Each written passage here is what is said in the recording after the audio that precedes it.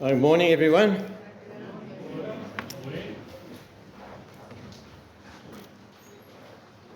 What a joy it is this morning to come and celebrate that our Lord is risen. And He sits at the right hand of the Father, interceding for us. Please turn in your scriptures to John chapter 19, and we're going to read from John chapter 20. We're going to read from verse 1. John chapter 20. And earlier on, Jonathan read from Luke's account of Jesus' resurrection when the woman went to the grave.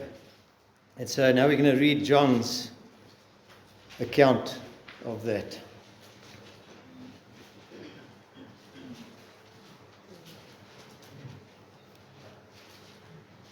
It says, now, the first day of the week, Mary Magdalene went to the tomb early while it was still dark. And she saw that the stone had been taken away from the tomb. Then she ran and came to Simon Peter and to the other disciple whom Jesus loved, and said to them, they have taken away the Lord out of the tomb, and we do not know where they have laid him. Peter therefore went out, and the other disciple, and were going to the tomb. So they both ran together, and the other disciple outran Peter and came to the tomb first. And he, stooping down and looking in, saw the linen cloths lying there, yet he did not go in. And he went into the tomb, and then Simon Peter came and followed him and went into the tomb. And he saw the linen cloths lying there, and the handkerchief that had been around his head, not lying with the linen cloths, but folded together in a place by itself. Then the other disciple who came to the tomb first went in also, and he saw and believed.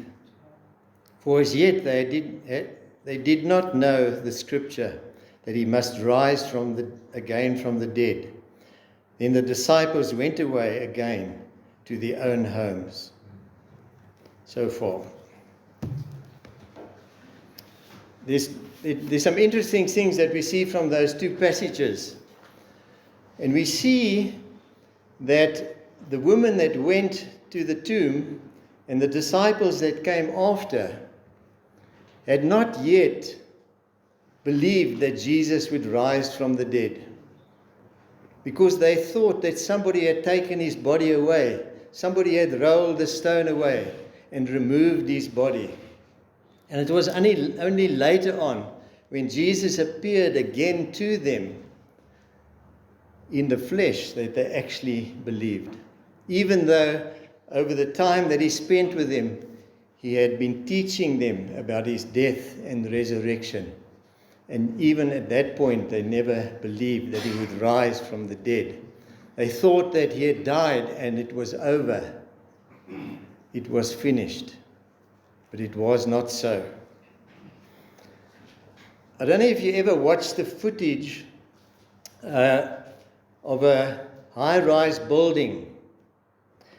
When the engineers come and they place explosives in different parts of the building, in strategic parts of the building, and then they implode that building, and the whole building comes down in a pile of rubble. And so by finding those few load-bearing points in the foundation and placing the explosives in the right place, the entire building collapses into a heap of rubble. And just like a building, the Christian faith rests on one historical foundation, which is the bodily resurrection of our Lord Jesus Christ. The Apostle Paul says in 1 Corinthians 15 verse 7, 1 Corinthians 15 verse 7, if Christ has not been raised, If Christ has not been raised, your faith is worthless, and you are still in your sins. Everything in the Christian faith rests on the historical truth that Jesus was raised from the dead.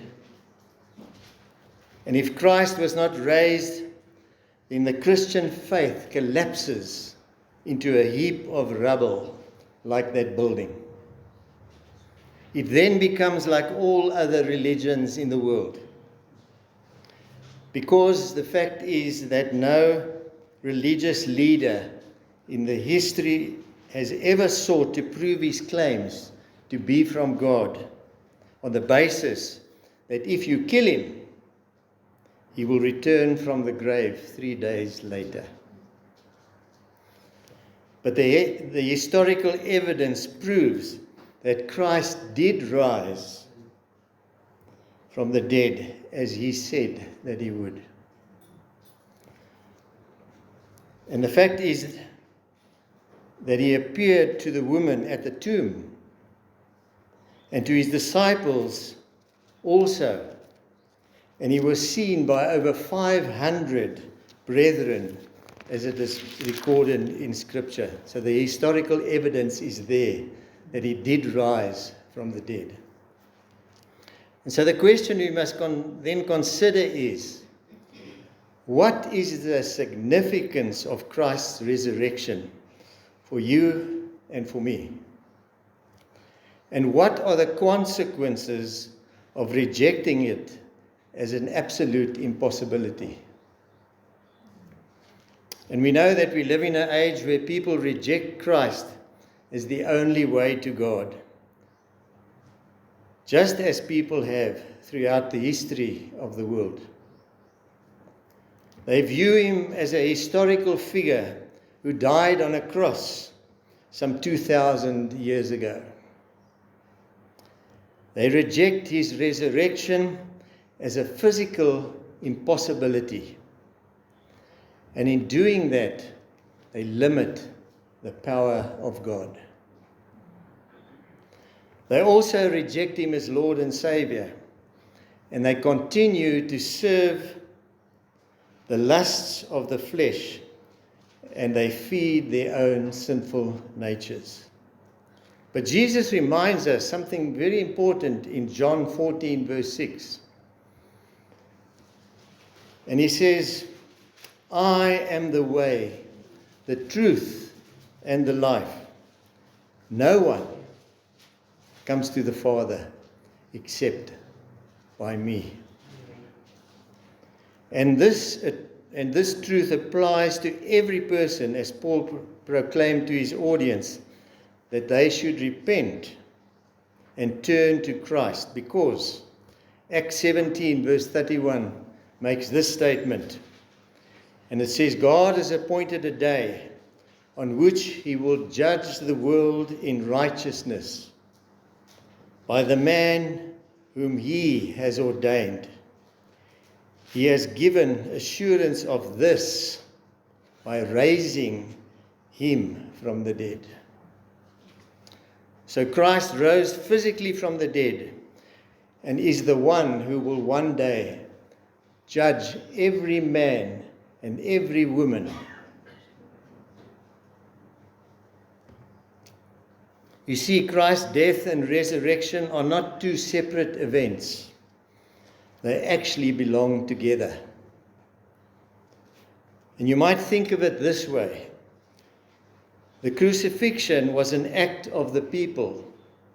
As Peter said in his sermon after Pentecost, when he said, you killed the author of life.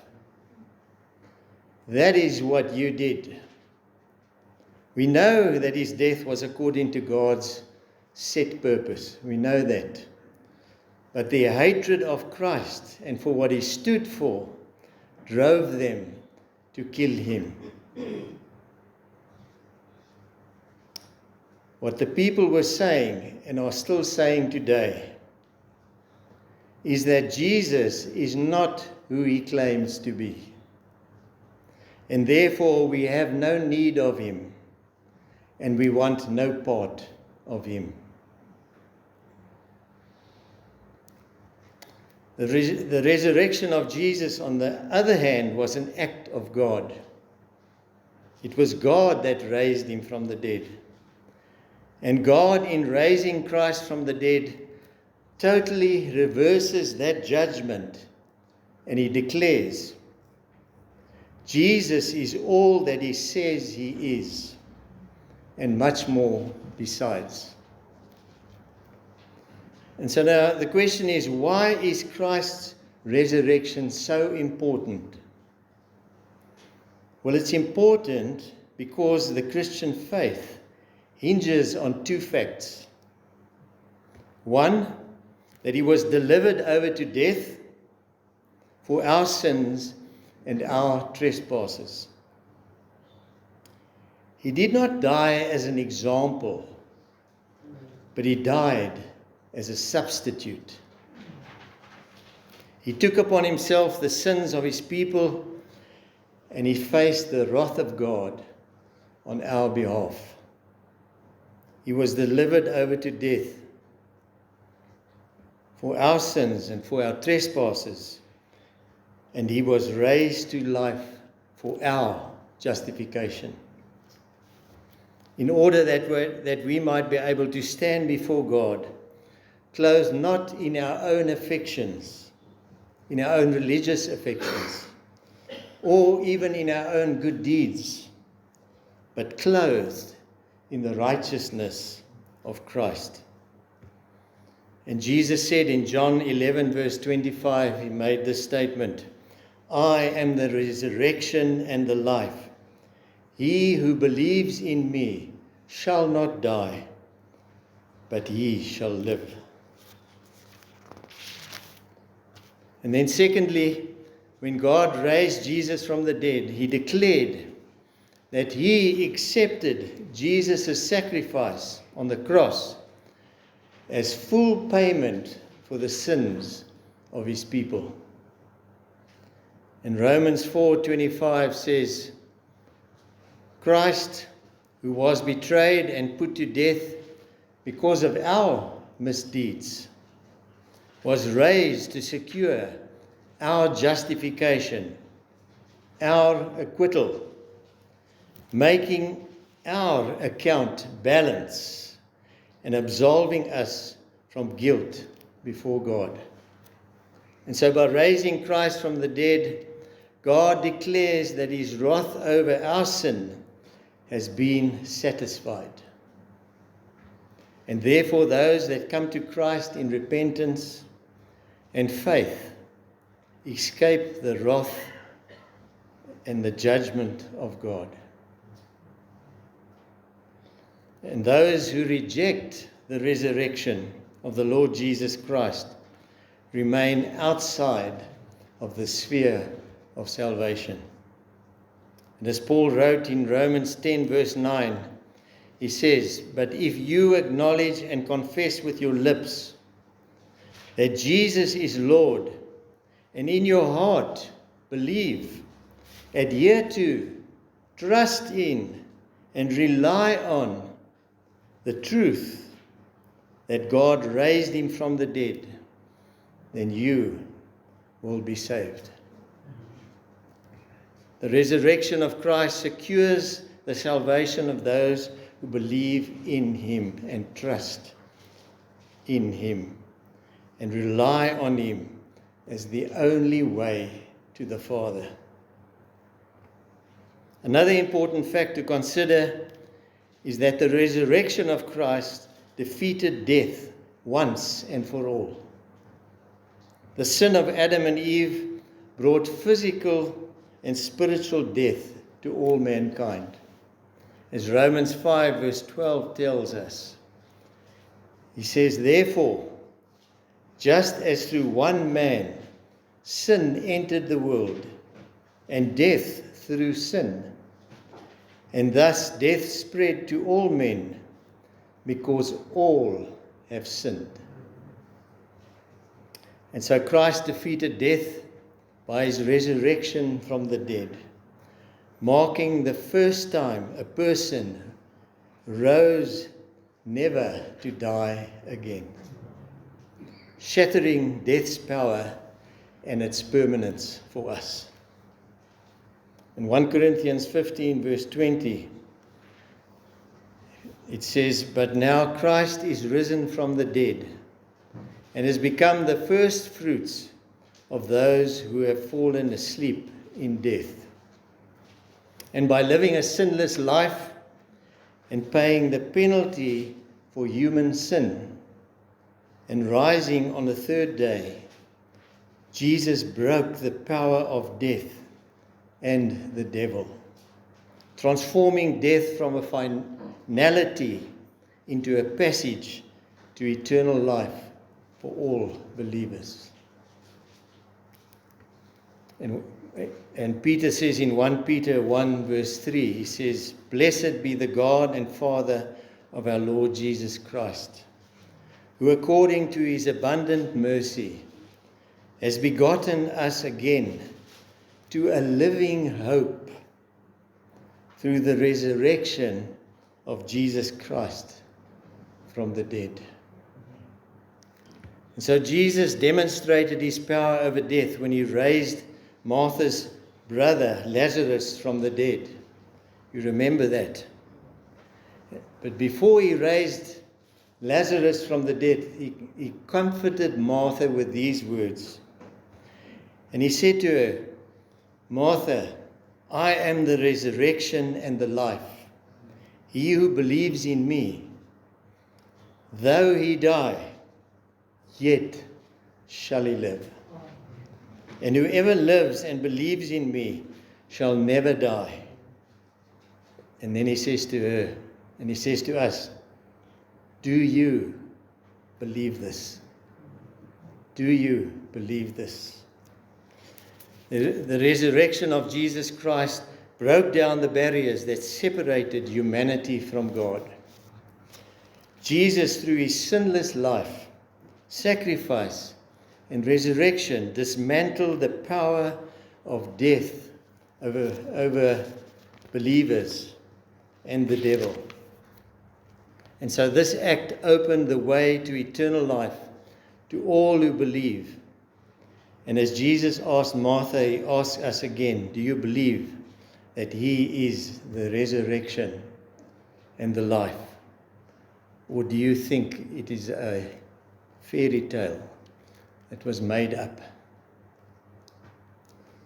And then I want to close with a reading from Revelation 22. I'd like you to turn there in your Bibles.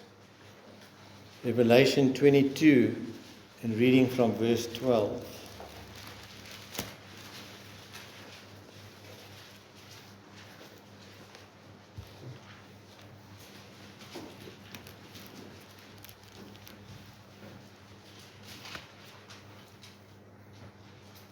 And he says, "And behold,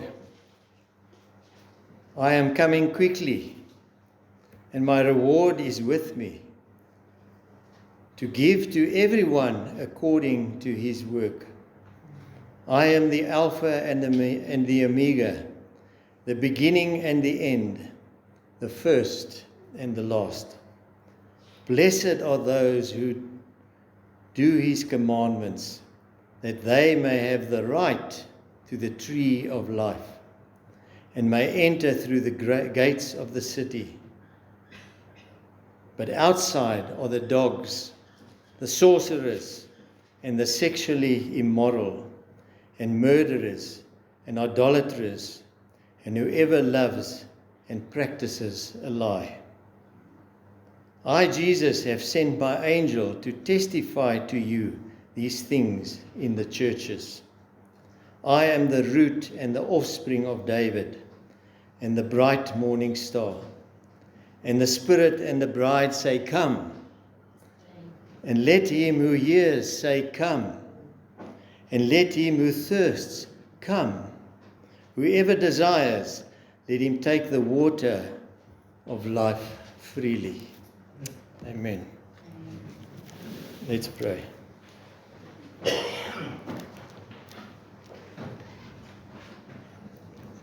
Heavenly Father, we thank you for the gift of your Son, Jesus Christ, whose resurrection has given us hope and victory over death. Help us to embrace the promise of eternal life and to live each day in faith and gratitude. Strengthen our belief in your power to transform and renew, and guide us to share this living hope with others. We ask that you have mercy on those who reject you in unbelief, that you come to them, grant them repentance and faith in Christ, that they may be resurrected to new life in him. We pray these things in the name of our Lord and Savior, Jesus Christ. Amen.